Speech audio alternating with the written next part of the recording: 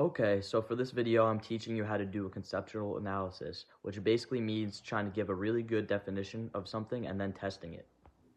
Alright, I've never done anything like that before.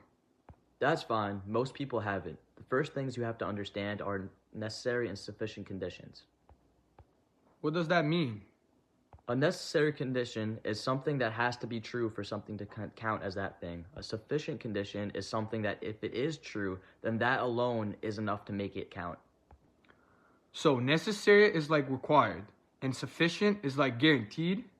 Yeah, exactly. For example, for something to be a triangle, it has to have 3 sides. That's necessary. And if it has exactly 3 straight sides connected together, that's sufficient to guarantee that it's a triangle. Okay, that actually makes sense. Now let's talk about counterexamples, which are how we test definitions. There are 2 main ways counterexamples can work. One way is when a definition is too broad, meaning it includes things that it shouldn't count. And the other way is when a definition is too narrow, meaning it leaves out things that should count. So either it includes too much or not enough? Right. And when you use a counterexample, that means the definition needs to be fixed. Alright, let's try one. Give me a definition of a chair. A chair is something with 4 legs that you sit on. Okay, but what about a beanbag chair? It doesn't have 4 legs, but people still call it a chair.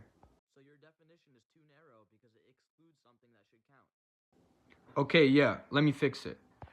A chair is something designed for one person to sit on.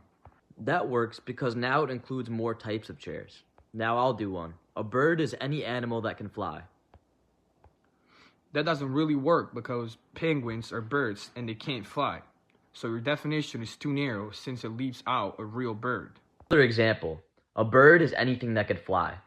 Well, that doesn't make sense because bats and some type of bugs can fly too. Yeah, that's a really good counterexample. It shows my definition doesn't really work as it is. So we went over necessary and sufficient conditions, how counterexamples work in 2 different ways, and how to revise a definition when it fails. And we both practiced doing an analysis and giving counterexamples. Yup, that's basically how conceptual analysis works in philosophy. Good work.